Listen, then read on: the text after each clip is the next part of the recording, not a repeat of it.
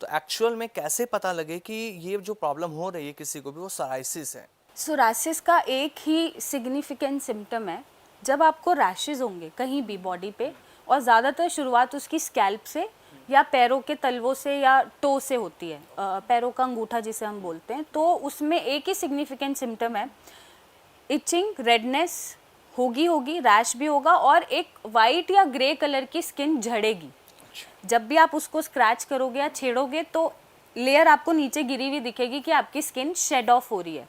तो ये सोरासिस है, ये और किसी बीमारी में नहीं मिलता, ये सिर्फ इसी बीमारी में मिलेगा।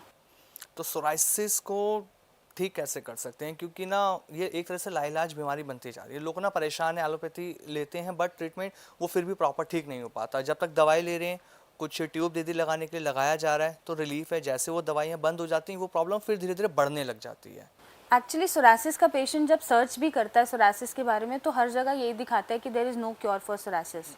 वो और भी एलोपैथिक डॉक्टर्स के पास जाता है तो वहाँ पे भी यही बोला जाता है कि इसको हम ठीक नहीं कर पाएंगे और ये हमेशा पूरी उम्र आपको सोरासिस से रहना पड़ेगा। बट आयुर्वेद में हम ठीक कर पा रहे हैं। सोरासिस के साथ ट्रीटमेंट ज़रूरी है, मेडिसिन ज़रूरी है, एप्लीकेबल्स भी ज़रूरी हैं, बट साथ ही साथ अपना जो लाइफस्टाइल मॉडिफिकेशन है वो अगर पेशेंट स्ट्रिक्टली फॉलो कर लेता है और एक हेल्दी लाइफस्टाइल को अडाप्ट कर लेता है तो सोरासिस वापस भी नहीं आता है और वो ठीक ही रहता है। हेल्दी लाइफस्टाइल किस तरह से? अब जैसे सोरासिस है, अल्कोहल आप ले रहे हो या नॉनवेज डाइट आप ले रहे हो बहुत ज़्यादा तो वो रिलैप्स करेगा। डेयरी प्रोडक्ट्स आप ले रहे हो तो वो रिलैप्स करेगा। बहुत ज़्यादा जंक फूड आप खाते हो, डेली खाते हो, तो भी वो रिलैप्स करेगा। और अगर ये 4-5 चीज़ें अपनी लाइफ से वो एलिमिनेट कर दे, अच्छा खाना खाए और यहाँ से थोड़ा मस्त रहे, ट्रीटमेंट ऐसा ले जो उसकी बीमारी को दबाए ना, क्योंकि अक्सर एलोपैथिक दवाइयों में स्टेरॉइड्स दिए जाते हैं और वो इम्यूनिटी सप्रेस करते हैं। जैसे ही हम दवा छोड़ते हैं लेना, फट के बीमारी बाहर आता है, ब्लास्ट होता है। तो ट्रीटमेंट ऐसा चूज़ करना है कि जो इम्यूनिटी को सप्रेस ना करे, बैलेंस करे, उसको ये रियलाइज़ कराए कि ये आपका शरीर है, आप इसके दुश्मन मत बनो, इसकी रक्षा करो, प्रोटेक्शन करो, जो आपका काम है। और जब वो दवाइयाँ काम कर देती हैं तो बस पेशेंट का इतना रोल है कि उसको ट्रिगर नहीं करना अपने खान पान से और अपने स्ट्रेस लेवल से, तो वो सोरासिस फ्री रहेगा लाइफ टाइम। और ये संभव हो पा रहा है, काफ़ी पेशेंट हम ठीक कर चुके हैं, मोर देन 1,80,000 पेशेंट ठीक हो गए हैं।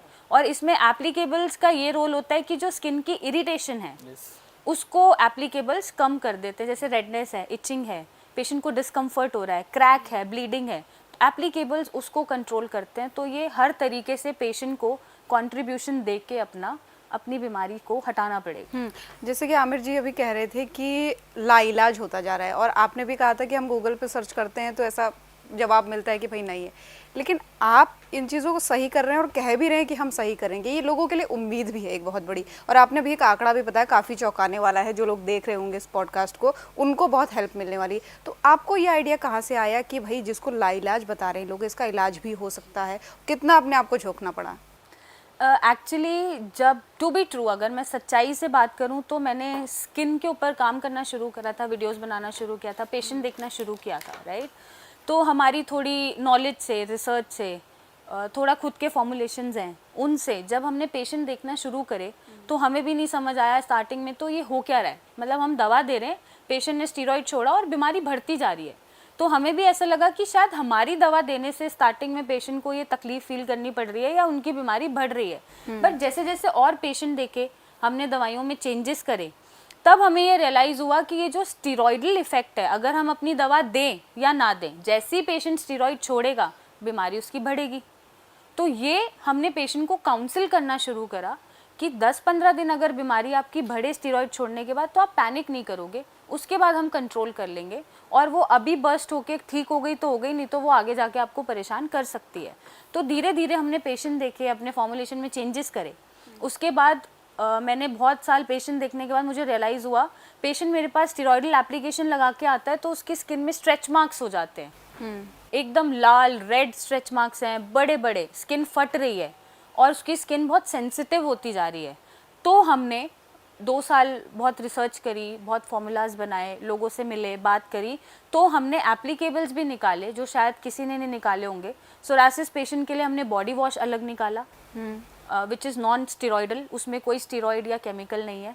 हमने लोशन निकाला क्योंकि ड्राइनेस होती है, इचिंग होती है, तो वो लोशन से ड्राइनेस कंट्रोल होता है। हमने ऑयल निकाला, आयुर्वेदिक ऑयल निकाला, जिस ऑयल को लगा के उनके पैचेस में रिलीफ आना उन्हें शुरू होता है, और ये सारे नॉन स्टेरॉइडल है।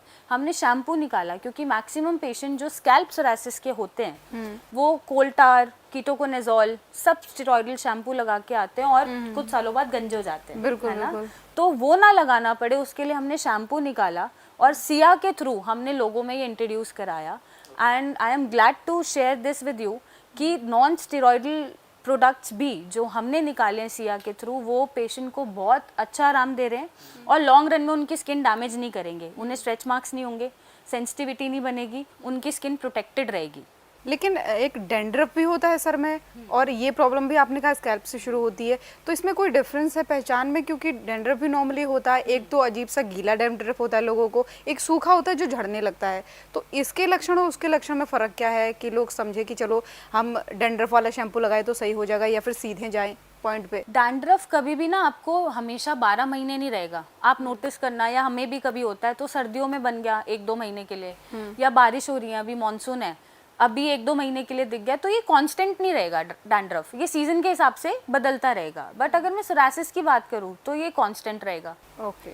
और इसकी जो पपड़ी झड़ेगी उसके साथ साथ ये जो हेयर लाइन होती है हमारी, या कान के पीछे, नेक के ऊपर जो ये लाइंस होती हैं, इस पे एक पैच बनना शुरू हो जाएगा जो झड़ेगा रेडनेस के साथ, इचिंग के साथ, तो आप डिफरेंशिएट कर सकते हो कि ये सोरासिस है। ओके। क्या स्कैल्प सोराइसिस से परमानेंट हेयर लॉस हो सकता है? हाँ, हो सकता है, डिपेंडिंग अपॉन कि आप क्या ट्रीटमेंट ले रहे हैं। अगर आप स्टेरॉइड्स ही ले रहे हैं और सालों से स्टेरॉइड पे हैं तो आप ऑब्वियसली बाल्ड हो सकते हैं, सोरासिस भी नहीं ठीक होगा और आपको बाल्डनेस फेस करना पड़ेगा। तो जो सेफेस्ट ऑप्शन रहेगा वो आयुर्वेद का ही रहेगा? आयुर्वेद है, नेचुरोपैथीज है, मैं सिर्फ आयुर्वेद ही नहीं बोलती, बहुत अच्छा है, हमारे लिए आयुर्वेद अच्छा है, बट पेशेंट को जो सूट कर रहा है, चाहे वो होम्योपैथी सूट करे, चाहे वो नेचुरोपैथी सूट करे, बट स्टेरॉइड्स मत लो। ओके। राइट, अगर बहुत ज़्यादा इमरजेंसी की कंडीशन बन रही है पेशेंट में, हालत मरने वाली हो गई है, तो उसमें स्टेरॉइड भी बढ़िया है, क्योंकि हमें पेशेंट की जान बचानी है। राइट, तो वो डिपेंड करता है कि पेशेंट को किस कंडीशन को फेस करना पड़ रहा है, और पेशेंट की चॉइस है कि वो अपनी लॉन्ग रन में अपनी बॉडी को, हेल्थ को, स्किन को कैसे जिंदा रखना चाहता है। ओके। तो ये कम्प्लीटली पेशेंट की चॉइस होती है कि वो किस ट्रीटमेंट से अपने आप को ठीक रखना चाहते हैं। क्योंकि कुछ लोग होते हैं, पेशेंट होते हैं, मेरे पास भी आते हैं, जो बहुत पैनिक कर जाते हैं, स्टीरॉइड पे ही रहना है उनको चाहिए कि एक गोली खाया मेरा सोरासिस ठीक हो जाए, वो वेट नहीं करते, है ना। और सोरासिस एक दिन में ठीक करने वाली बीमारी नहीं है, 1 महीने में कर सकते हैं बट 1 दिन में नहीं होता। तो ऐसे जो इम्पेशेंट पेशेंट होते हैं, जिन्हें सब्र नहीं है, पेशेंस नहीं है, पैनिक कर रहे हैं, एंशियस हो रहे हैं, तो फिर वो जा सकते हैं एलोपैथी में स्टीरॉइड लें।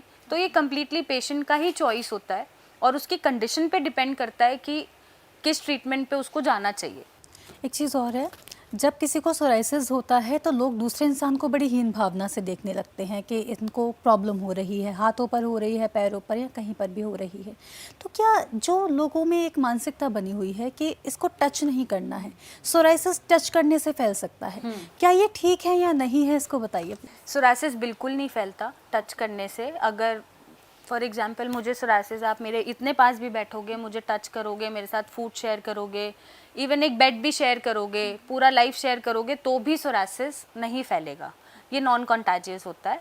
और यही रीज़न है, मैं आपको बताऊं, मैंने आज तक इतने सालों की प्रैक्टिस में कभी भी ग्लव्स नहीं पहने सोरासिस पेशेंट के सामने, कभी भी मैंने अपने आप को कवर नहीं किया, इसी रीज़न की वजह से कि उनको कॉन्फिडेंस मिले कि उनकी जो बीमारी है वो दूसरे इंसान में नहीं फैल सकती। जब मैं उन्हें देख सकती हूँ बिना ग्लव्स के, या बिना ड्रेस पहने, या बिना कवर करे, उन्हें छू सकती हूँ, उनके साथ नॉर्मल रह सकती हूँ, तो हर कोई उनको नॉर्मल ट्रीट कर सकता है। और सोरासिस को इंडिया में ही बहुत हवा बना रखा है ना। तो बाहर तो लोग फ्लॉन्ट करते हैं, मॉडल्स हैं, एक्ट्रेसेस हैं, सोरासिस है वो फ्लॉन्ट कर रहे हैं, वीडियोस बना रहे हैं, इन्फ्लुएंसर्स हैं। तो इंडिया में ज़रूरत है लोगों को जागरूक होने की। ये सिर्फ एक स्किन ऑटोइम्यून डिसऑर्डर है, इसमें आप लोगों को जितना सपोर्ट करेंगे, उस पर्टिकुलर स्पेसिफिकली बंदे को आप अलग फील नहीं कराओगे, उसको नॉर्मल ट्रीट करोगे, उतना वो जल्दी रिकवर करेगा। और जितना आप हीन भावना रखोगे, उसको खुद से डिफरेंट फील कराओगे, उसके साथ ऐसे ट्रीट करोगे कि आप अछूत हो चुके हो, तो उतना टाइम लगाएगा ठीक होने में, क्योंकि स्किन इज समथिंग जो आपको रिप्रेजेंट कर रही है। और जब वही खराब होने लग जाए और उसी पे बीमारी होने लग जाए तो पेशेंट इमोशनली, मेंटली, सोशली हर तरीके से टूट जाता है। बिल्कुल। तो वो वहाँ पे सपोर्ट बहुत ज़रूरी है। आप जितना उसको सपोर्ट करोगे और नॉर्मल ट्रीट करोगे, उतना ही पेशेंट को आप हेल्प करोगे और उतना ही आप पेशेंट का अच्छा करोगे। और करना चाहिए आपको, उन्हें नॉर्मल ट्रीट करना चाहिए। और ये ऐसा होना चाहिए कि सोरासिस ही तो है, क्या हो गया, नॉर्मल हो जाएगा, राइट। मुझे ये और बताइए कि ये जो परेशानी है सोराइसिस, आपने कहा बिल्कुल नॉर्मल इसको ट्रीट करना चाहिए, बनती क्यों है, क्या कारण होते हैं? लाइफस्टाइल डिसऑर्डर की वजह से ही होती है, कुछ खा लिया, क्या परेशानी होती है, कारण क्या होता है? कारण ये मैम होता है जब हमारा जो रोग प्रतिरोधक क्षमता है बॉडी की, फॉर एग्जाम्पल कोई इन्फेक्शन हुआ तो बुखार हो गया, है ना, तो ये डिफेंस सिस्टम काम कर रहा है हमारा, हमें इन्फेक्शन से बचा रहा है, इम्यून सिस्टम हमारा हमारे फेवर में काम कर रहा है। तो जब ये हमारे विरुद्ध काम करता है और अपनी ही बॉडी को दुश्मन समझ लेता है और अटैक करना शुरू कर देता है स्किन सेल्स को, तो ये प्रॉब्लम शुरू हो जाती है।